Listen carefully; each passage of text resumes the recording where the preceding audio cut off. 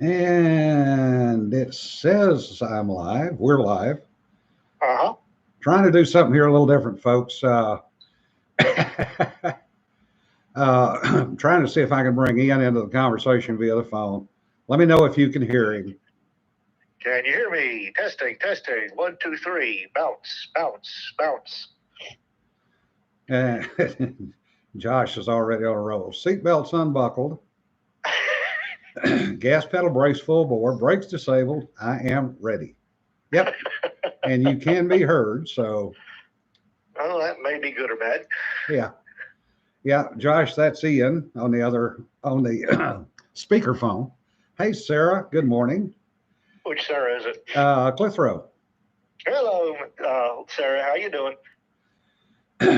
Well, I guess the way to start this is the continuing saga of me trying to get a friggin' COVID test.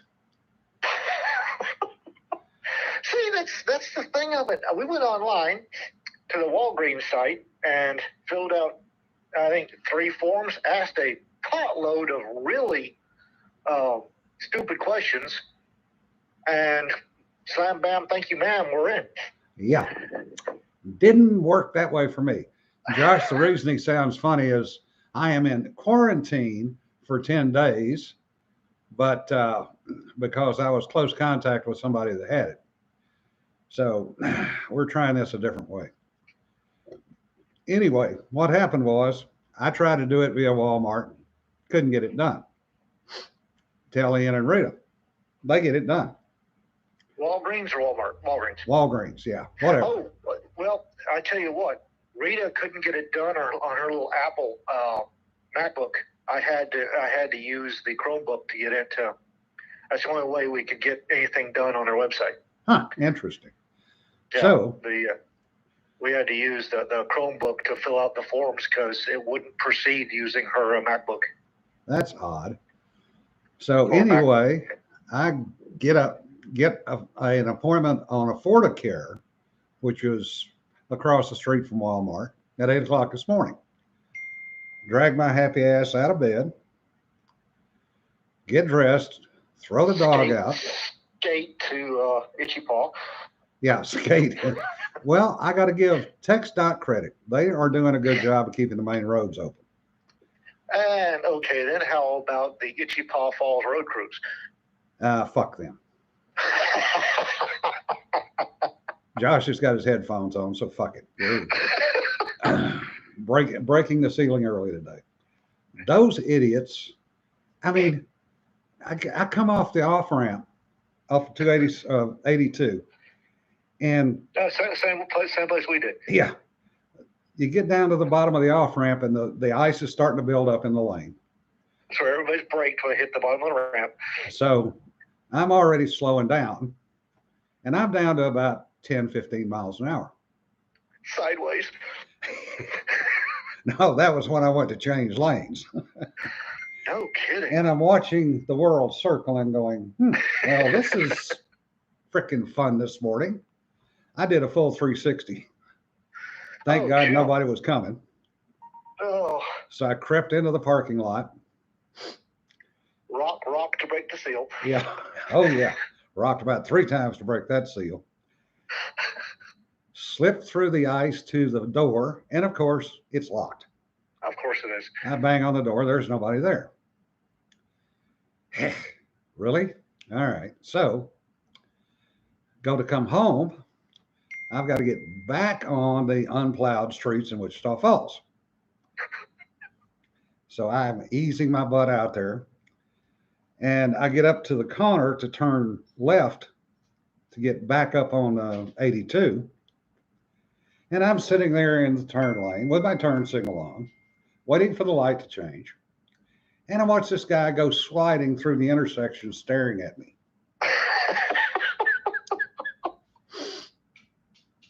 That was interesting. We can't drive on ice. Now, I was telling somebody on Facebook last night, a recent transplant to a not our small town, but a small town in Texas. Wichita is a city of what, Jim? 130,000 people? Yeah. It's a medium to large city for Texas. And they've had rolling blackouts. The city streets aren't dealt with. It's a general. Are you? And the rolling blackouts are going for like 2 days. Yep. Now, in our little tiny town of 8,000 people, the streets have been scraped, not well, but enthusiastically. The volunteer fire department has been driving around hoping somebody needs help. Yeah. 2 ranchers, one with a red Yanmar tractor and one with a John Deere, are driving around scraping parking lots without even being asked. It's like, dude, how much are you charging for that? Charge? I've got an excuse to use the John Deere. Well, okay. They're out having fun. Yeah, the power's good. We've had one flicker, but the power stayed on. City water crews are running around looking for anybody with ruptured pipes.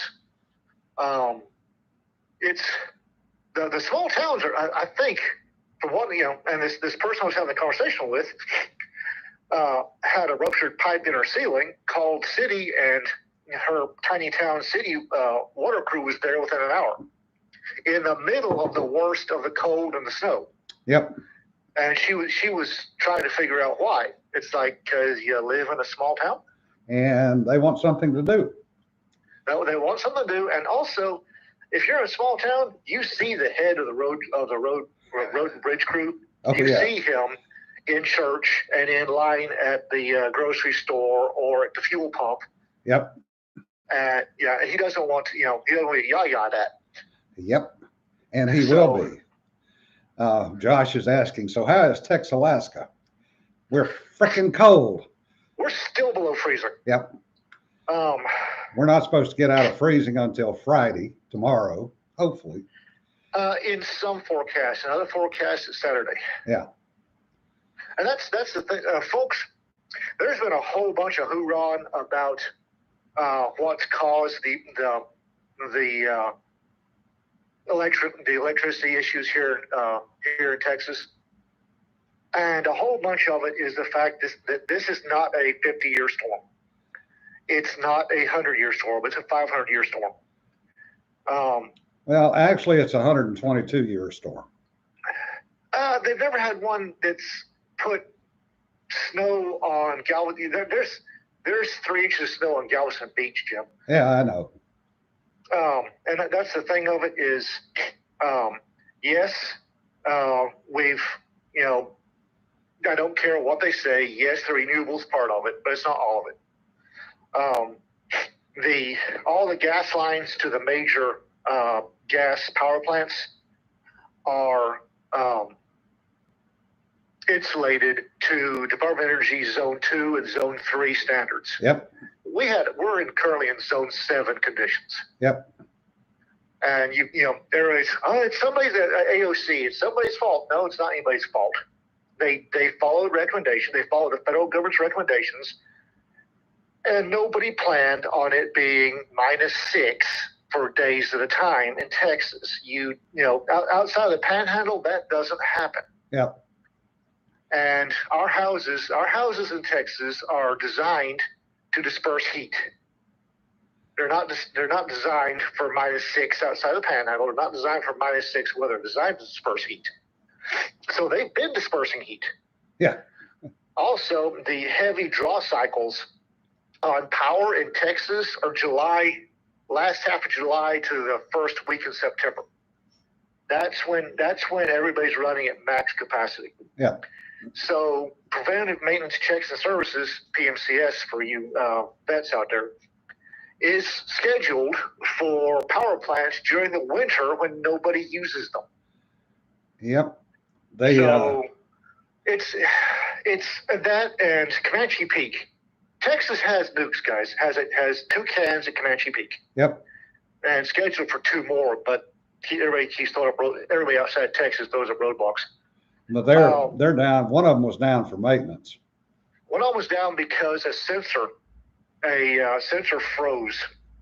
Yep. On the coolant in draw, and out of an abundance of caution, because everybody freaks out about nukes, they shut it down. Yep. it's a whole bunch of stuff. Happened at once. A whole bunch of bad happened at once. Plus, everybody followed government guidelines. Plus, and this is my big stick in the craw, with all of the East Coast and left coast folks moving here, Yeah. the majority of them are going into these thrown together developments. You get a company, they buy 20 acres, they put 20 or 40 houses on there, and then 6 months after the last house is sold, the company folds, and then the people that they buy another 20 acres, start a new company. Well, the other thing is they're all electric houses too. Yeah, because Nobody the has East gas. Coast and left coast weenies think all electric is greener than that nasty old gas. Yep. Every one of these, or the majority of these hundreds of thousands of McMansions is all electric everything. And if you can go online and type in Texas, are electric furnaces better than gas? And you'll get 4 Google pages of, hell yes, electric's better than gas. It's greener. It's more efficient. Well, no, it's not.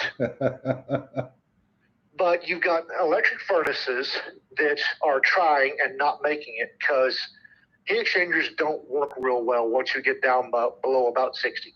Yep.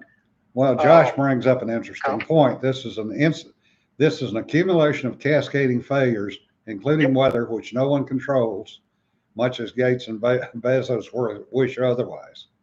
Yep. Well, I'm the same way as RK. I would love to have everything all gas again. Hell yes. The problem is, even though my house is almost 20 years old, the gas line was across the street, so they never plumbed the house for gas. But I do have a fireplace. And RK's been in the same boat down there where they are. They're now getting dumped on by storm number 4. Geez, that's not heading our way, is it? No, it's going south of us. But they've been without water. They've got power, but they're using the fireplace to heat the house, and they're keeping it around 57 degrees, she said. Well, and these new developments, these tracts they're throwing up with McMansions, and these nasty little yards, and these thrown together McMansions built by a team of illiterates yanked off the Home Depot parking lot. Yeah. These developments aren't even plumbed for gas. No, they don't even bother to plumb them for gas. Also, half of them aren't even insulated. They're insulated to zone 2 or zone 3. Yeah, if they're insulated at all. Yeah, well, the house inspectors, and especially in the big cities, are fanatic, and they'll make sure that it's zoned to a minimum zone 2, zone 3. Yeah. But again, we're in zone 7 conditions right now. Yeah. Because nobody expects this sort of crap in Texas. But you've got all these developments, and you've got 40 houses at a time that are running their electric furnaces at full blast. And the wind is cutting through their zone 2 insulation. Yep. And bear in mind, folks, Guam is zone 1. Yeah. Most of Texas is zone 2, one step below Guam. Yep. Okay. So the wind and the cold is cutting through their insulation, and again, they're properly insulated for zone 2. So they've got their electric ovens on and open. And somebody told them, boil pots of water on your electric range to keep it warm. And they're boiling pots of water on electric range. And they've got electric heaters plugged into everything, every available outlet, trying to keep their water pipes from freezing. Because another thing they do is they run all the bloody water pipes up the outside exterior walls. Mm-hmm. Because that's the easy way to do it. Easiest way to do it. It's hard as hell to run a water pipe up through a slab, because all of these things are on slabs. There's not a new basement been built in Texas in 50 years. Yeah. All these things are on slabs, and running water pipes through slabs and hoping that they come up to where they're going to, come up properly is a pain in the butt. And God bless Jorge and Jose, but sometimes math is lost in translation.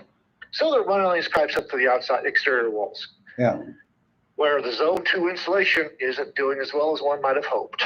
Yeah. Ken says it's snowing in Abilene again. Oh, God bless Abilene. Yeah. I heard that Abilene shut everybody's water off. Yeah. Yeah. The RK says mom and dad's retirement house built in the 90s has a basement, but that house is up in the Panhandle. They were smart. That's hey, the Panhandle. I'm willing to bet the Panhandle comes through this one glowing because the Panhandle's used to this shit. Yeah. Everything south of the Panhandle isn't. It's Texas, where we live. We're blasé about the 100 days of 100-degree temperatures here. Yeah. That's our temperature extreme is 100 degrees for 100 days. Yep, they did shut the water off. Power failure led to loss of pressure at all 3 stations. Jesus, I'm so sorry, guys. Yeah. Richard says it's snowing in Rhode Island too. Yeah, have fun with that, that's Richard. Rhode Island. Yeah.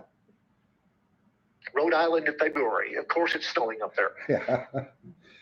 RK says mom's scared of tornadoes. She's not the only one. No, she's not.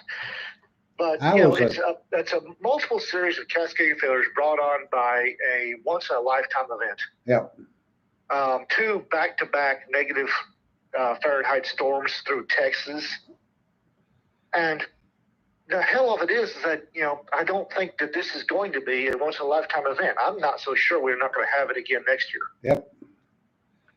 Yep, that's true. The other thing that's interesting is AOC is saying that the reason Texas is having all these problems is we didn't have enough green energy. We lead the country, if not the world, in green energy production. Yeah. Everywhere you drive, those fucking windmills are everywhere. Yeah, and now they're about half of them are leaking oil, which yeah, that's going to be just so much fun. It's not just that, Jim, but you know how much damage this has done to the blades? Oh yeah. So those blades, if their service life is half of what it was, I'll be shocked. Yeah. I'm willing to bet that over the coming summer, 99% of those turbines are having the blades changed out. Oh yeah, which by the way, you cannot. You can't recycle them. Recycle them, yeah. Richard says at least we know below 20 to keep all the faucets dripping. Yeah, we do that down here too, Richard. But the problem is, you can do that if you have water. Well, we kept the faucets dripping. Yeah. But the plain and simple fact of the matter is you can't run a faucet, a half or 3/4 inch copper line. You can't run enough water through it at -6. Yeah. To keep the bastard from freezing. This is true. Our water lines to our washing machine froze, both hot and cold. The hot water into the kitchen froze. Both of those are outside lines. And we briefly lost the cold water into the shower, again, outside line. Yeah. Everything except the hot water to the kitchen's back. But the drain, the geniuses that replumbed this house for our kitchen sink drain, they punched right out through the wall and ran a PVC pipe vertically out in the middle of God and everything, and it's full of snow and frozen. Lovely. So, how did you manage to get the washer and dryer to start working again, or the washer? We're running the washer now. We replumbed the dryer to exhaust under the house, which means under the house is full of lint, but it's also full of air. Yeah. And we've been running I don't want to see what our electrical bill is going to look like.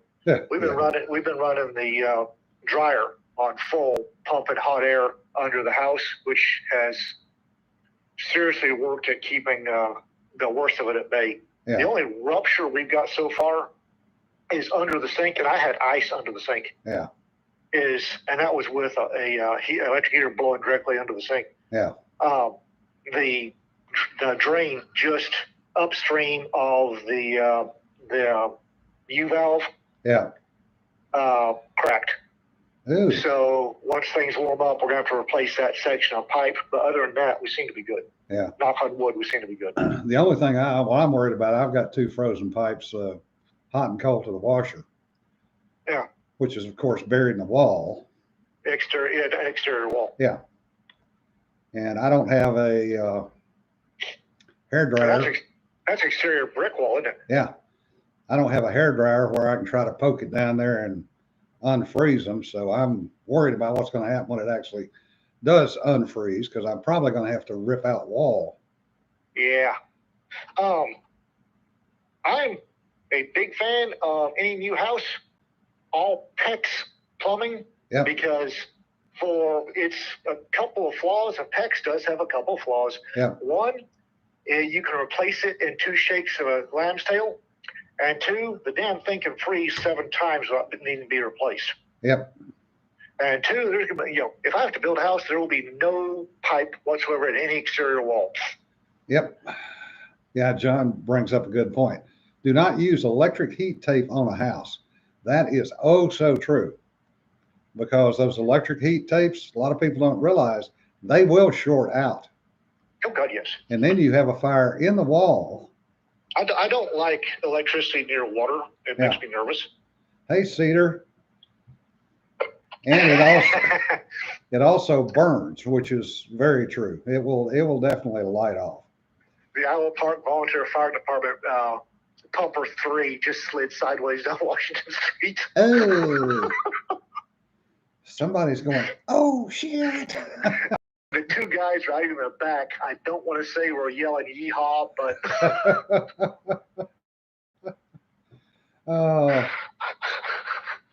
the other things that have been going on, in addition to this cluster, sadly, Rush Limbaugh passed away yesterday. Yeah.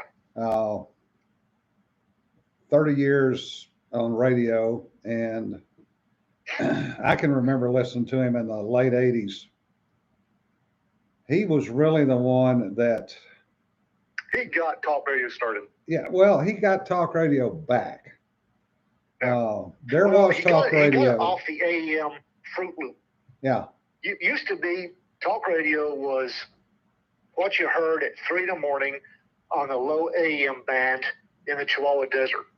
And it was always about space aliens and anal probes and that sort of thing. Well, there was that. And the lizard thing. Yeah. There were a couple of good ones. KGO in San Francisco had talk radio in the early 80s, because we would occasionally, we used that one to get to the West Coast. And it was not all aliens. It had other stuff on it. Well, not all aliens. Yeah. And as John mentioned, there's Art Bell was another one. But right. Yeah, he is responsible for modern conservative talk radio and for bringing talk radio back.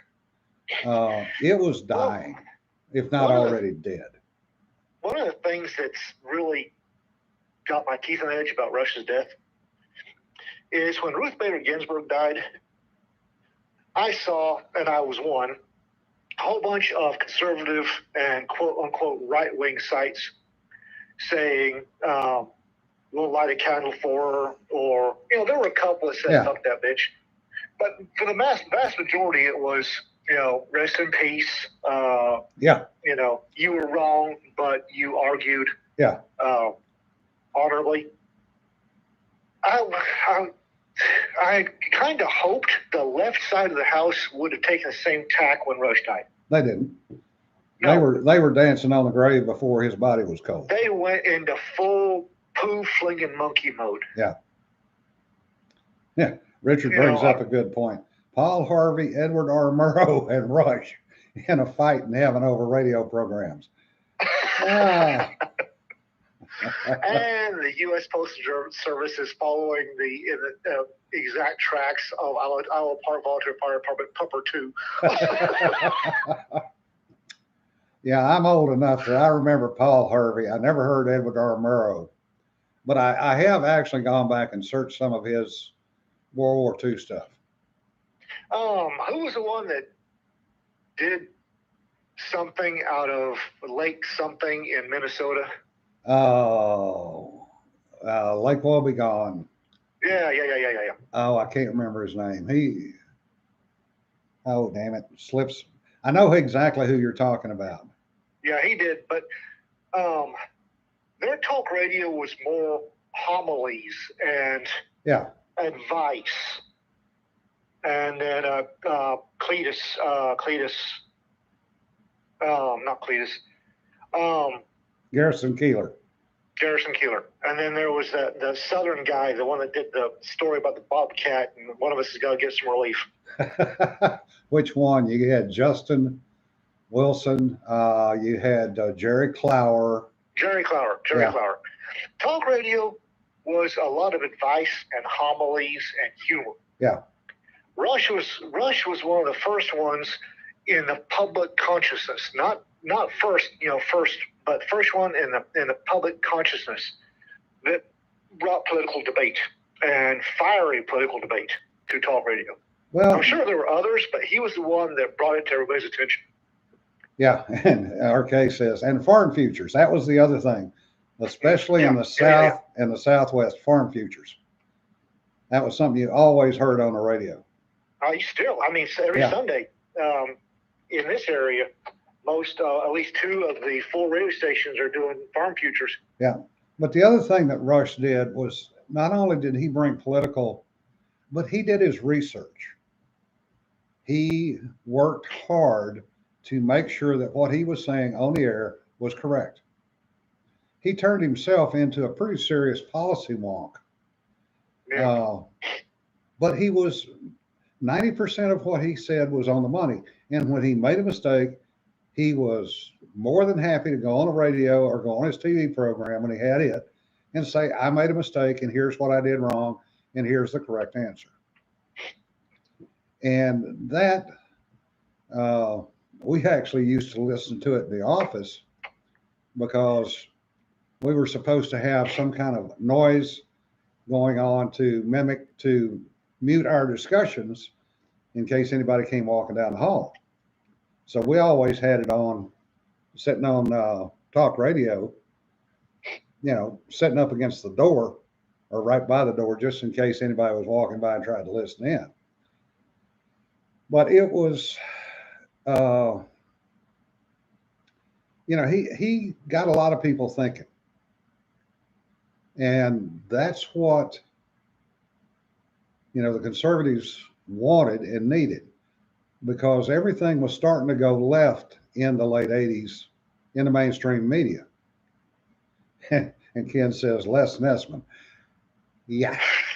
And I swear thought turkeys could fly. Could fly. Nice. That's the thing, though. Turkeys can fly. I've watched little bastards fly down from perches. Yeah.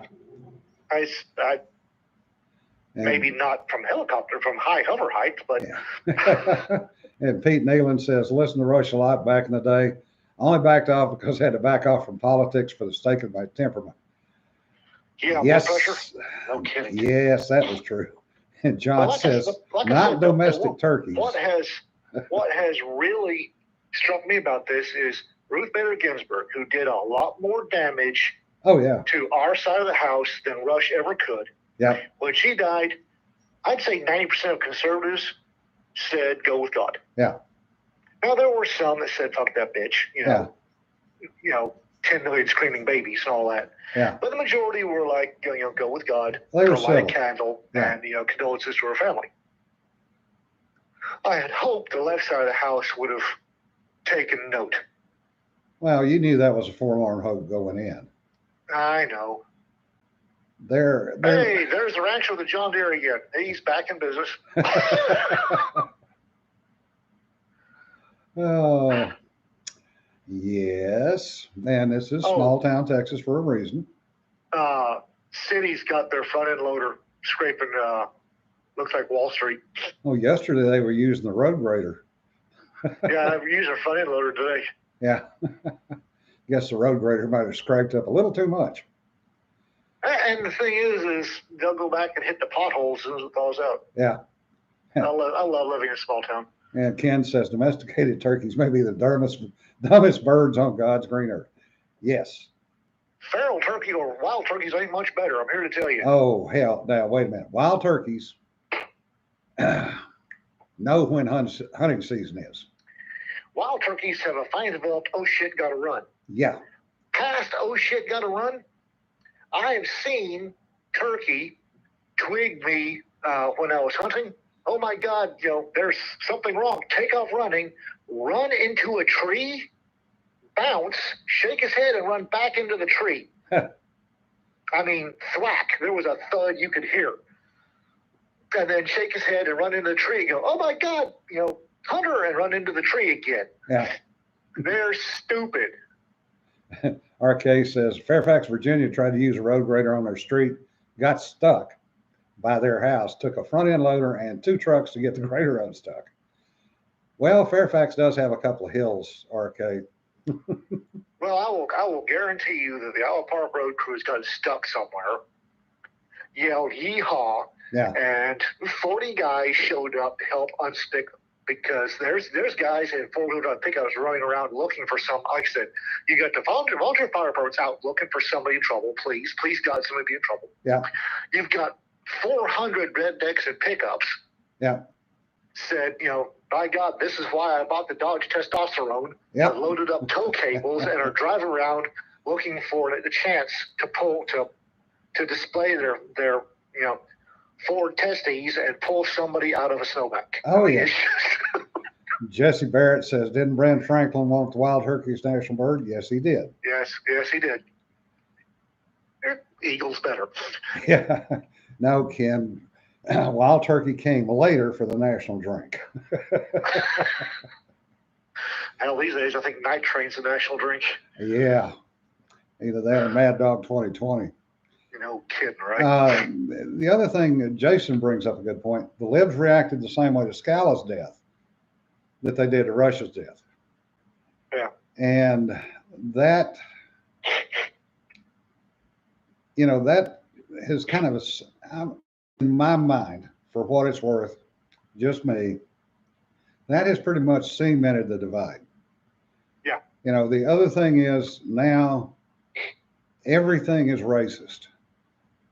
Well, it's math is I don't racist. know about anybody else, but it's starting to boil down to 2 completely different human beings. Yeah. And it could be bias. If it's biased, somebody let me know. But it seems to me that the center part of the country, the heart of red America, heart of conservatism, tends to go with courtesy as a default. Yep. And then the heart of the east and left coast, the liberals, the New Yorkers go with name calling and insults as a default. I don't understand where Americans. That's not us. Yeah. The immediate, the heaping abuse upon the dead isn't the American way. I don't, and as an amateur historian, I can tell you about, the fist fights in Congress, the duels in Congress, and beating each other with sticks up and down the halls in the Capitol. But I can also show you the flowery speeches given in honor of somebody that the speech giver despised. Yeah. But gave these, beautiful eulogies and retirement speeches. Yeah. And I don't know where this default drive to belittle and mock and curse anybody. Well, a lot of that is the New York mentality. If you've ever been in New York City, there is no common courtesy up there. Everybody's out for themselves. And John and Josh both bring up good points. Everyone wonders who profits from breaking everything down by blaming it on white people. China. The other thing is Thomas Sowell, the conflict of vision. Small towns tend to trade-offs. Cities look to grandiose solutions. That's a very true statement.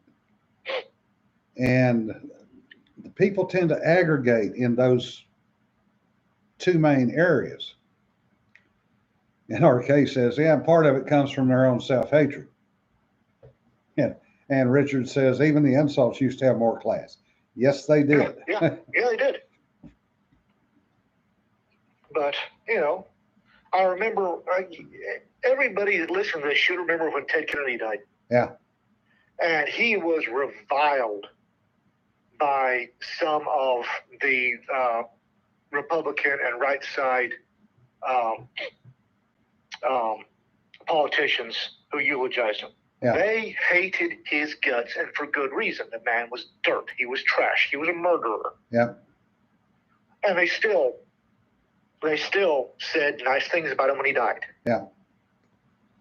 Peter brings up another good point. It's also part of the long-running revolutionary mindset that goes back centuries, if not millennia. Tends to arise among the comfortable who are nevertheless not happy. That's true because they're not happy because we're not agreeing with them on everything they want to do.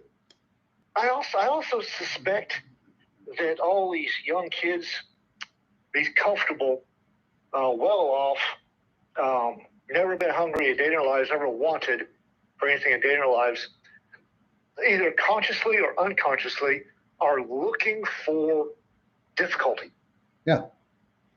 Well, they want their utopia. And the way that they think they'll get their utopia, as Peter alluded to, is to burn it all down and the paradise will arise from the ashes. Yeah, except it doesn't work that way. Yeah, I know that. You know that. They burned Rome down. No paradise arose. Yeah. They burned Constantinople. No paradise arose. Yeah. And Richard says, everything went to crap when that dang Catholic got elected. He's going to do what the Pope says. Ah. Which Pope? Yeah. How far back do you want to go? Because the one sitting up there in the Vatican is, whoa. Yeah. He was. I had hopes for him the first 6 months. My God, that man strayed far from the fold. Yep. Yeah. As Peter says, like all the other Catholic teachings, he's flouted. Yes. The other thing is, and didn't think we'd go this far down this rat hole, but hell, since we're here, they've, it's the mentality where they've never failed. This is a generation that was never brought up to fail. They got a participation trophy. They've never really struggled. Yeah, never struggled. They don't know how to do anything. Want to see, and this is paradoxical at the least. If you want to see folks that are fairly, not always, but fairly comfortable, look at the vets. Yeah. The returning veterans who've had to fight. Well, if you've been in the military, they're not nearly as angsty as these kids who've never had to fight for anything. Yeah, and if you've been in the military, color and ethnicity make absolutely no damn difference to you. Which is one of the things that's really setting my teeth on edge about Biden's witch hunt for white supremacists in the military. Yeah. Of all the organizations I've ever been a part of, the very least white supremacist organization I know of is the U.S. military. Yeah. Now, that may not be the case historically, but starting in 1985, when I raised my right hand and swore, yeah, white supremacy was not tolerated. Now, don't get me wrong, there were folks in there that held some pretty radical personal views, but they fucking kept it to themselves. Yep. Kept to themselves, and they took orders from higher-ranking African-American NCOs and officers without thinking. Yeah. They may have had some personal views, but it didn't show, or if it did, they got bounced. Yeah. I don't know where this screaming it's full of white supremacists comes from. I really don't. Well, Kim, I do know. Yeah. There was a study of combat arms back in the 80s or 90s. Somebody got bored, had too much government money laying around, so they did a study to see who volunteered for combat arms and why. Yeah. Well, the first thing they found out was the Texans were overly represented and by combat arms, I mean folks, infantry, cavalry, field artillery, the folks that are directly responsible for bringing the fight to the bad guys. Yep. The first thing they found was, shit, there's a bunch of Texans in here. And the second thing they found out was that combat arms was overwhelmingly white. Now, bearing in mind, these are people that volunteered to go out on the pointy end. Infantry, special operations. If I remember right, 80% of them were Southerners. Oh, that's across the military in general. Yeah. But they found that a crap ton of combat arms was, and this was counting American Indians and Hispanics as white, which always confused the crap out of me. Yeah.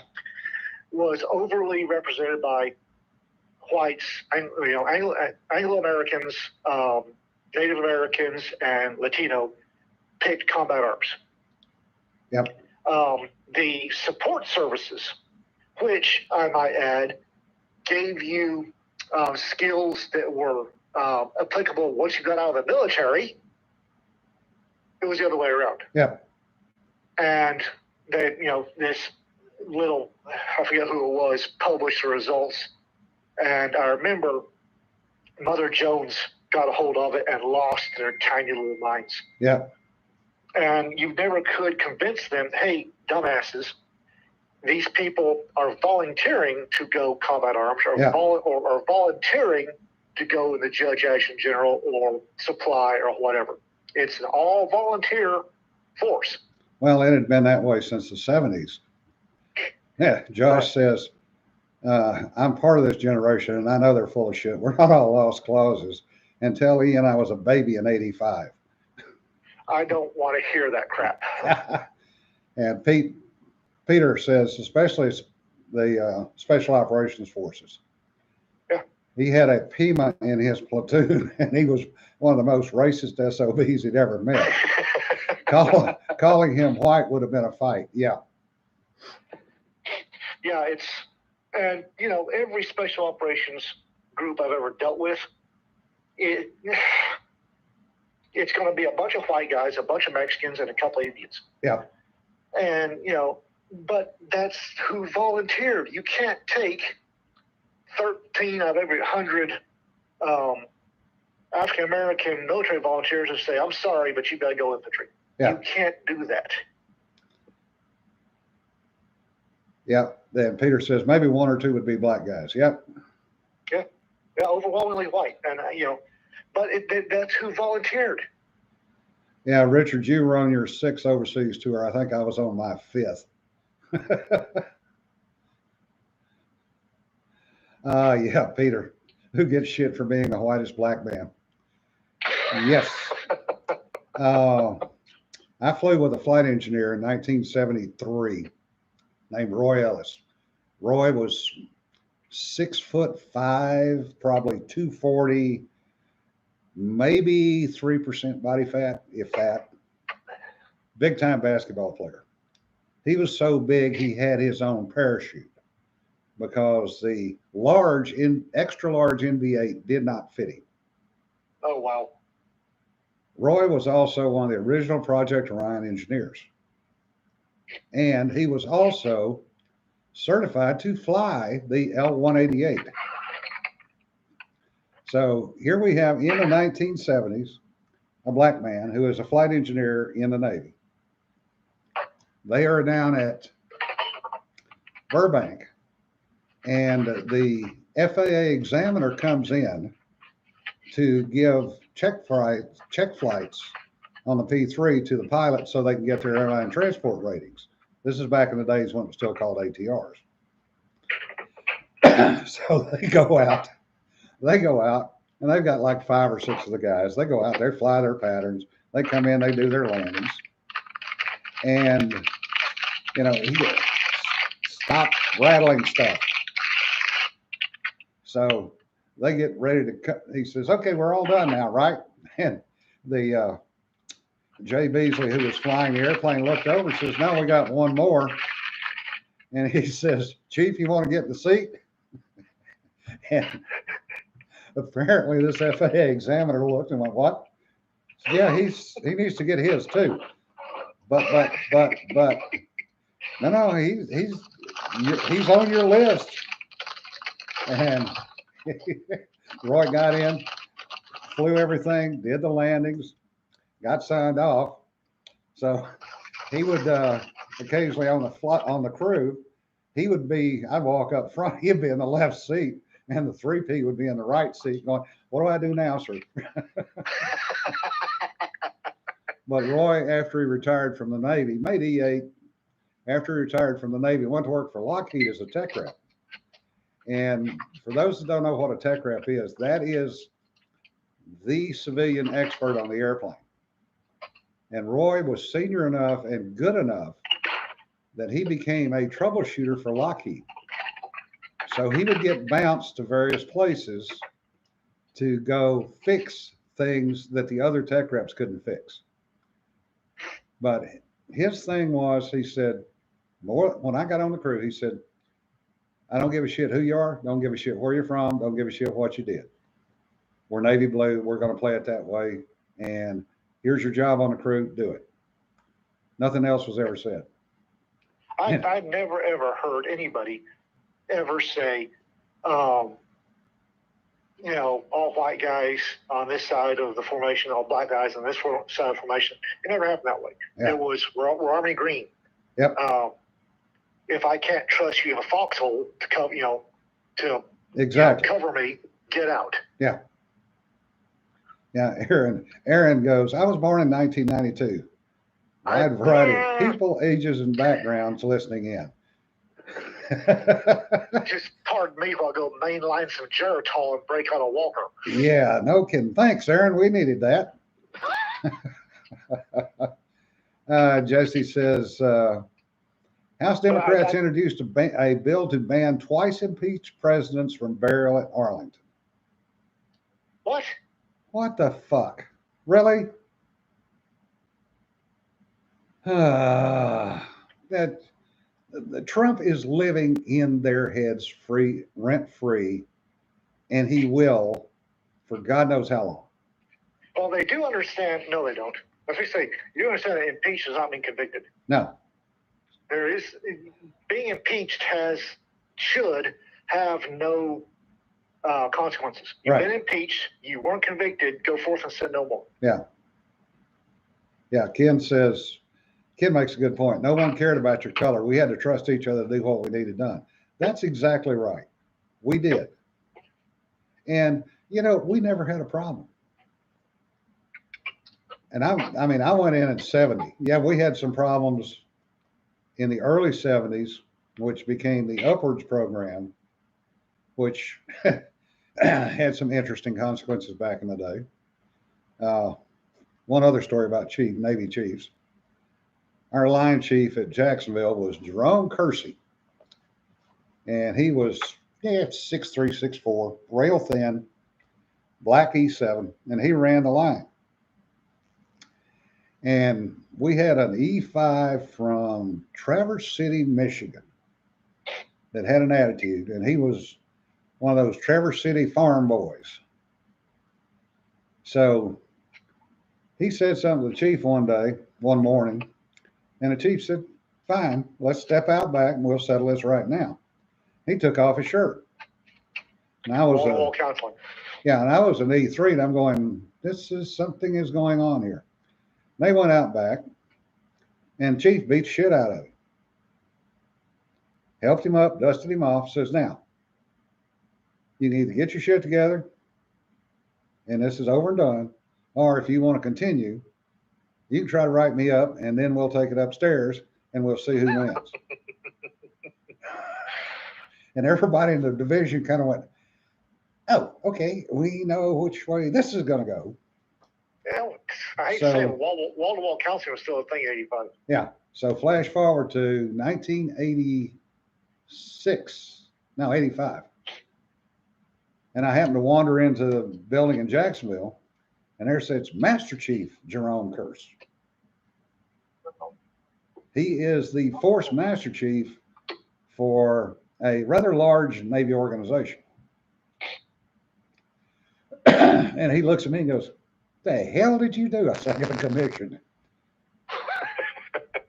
And he kind of chuckled. He said, "Well," he says, "you must have learned something along the way." I said, "Yes, sir, once or twice." And he said, "You'll be happy to know my son graduates from the Naval Academy tomorrow." Who? Yeah.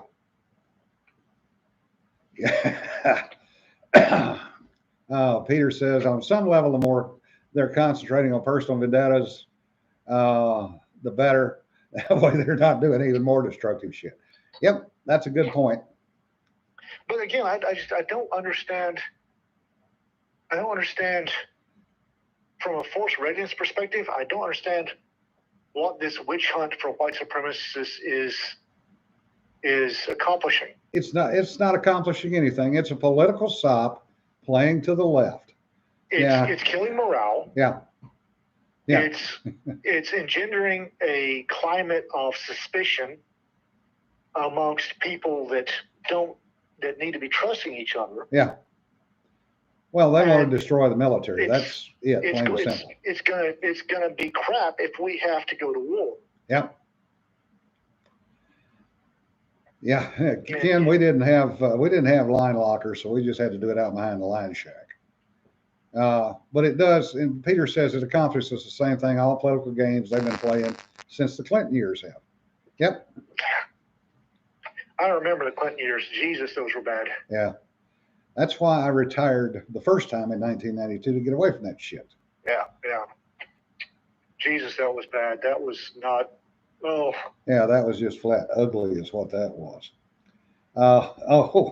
Apparently the cancel culture is going after Kendall Jenner over her tequila, saying that she is doing cultural appropriation. Ah, I love it. Tequila? Yeah. Apparently she's coming out with her own tequila brand. Okay.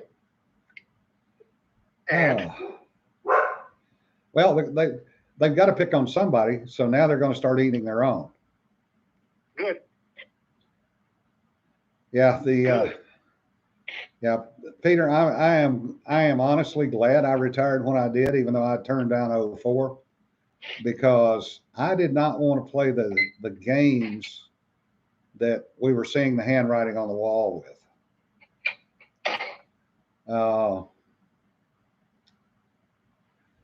Yeah, John, we need an honest book on the Iran rescue to counter the crap that's out there. All lives matter, Olafumi. All lives matter. The Iran failed rescue attempt. Yeah.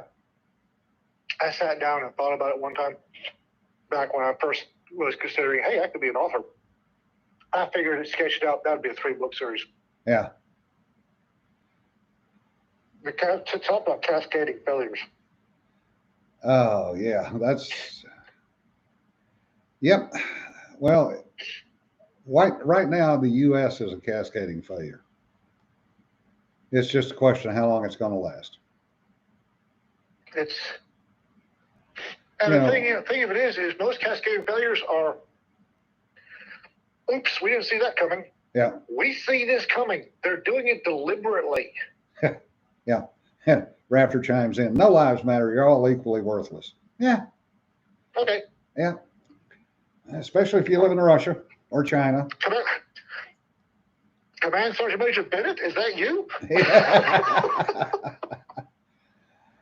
Yeah. You know, I really wish I could get a couple of my friends on here because they've lived through it. You know, both of them are former Marine embassy guards. And, you know, they, being black, they have a considerably different perspective. Oh, God. I'm here to tell you, one time, I bought a beer for a Marine Sergeant First Class, or whatever, Gunny Sergeant, whatever the hell they call it, E7. Gunny Sergeant. Gunny Sergeant. I bought him a beer because that's what you do. and he'd been chief of security, NCOIC of security, Yeah. at the Tokyo embassy.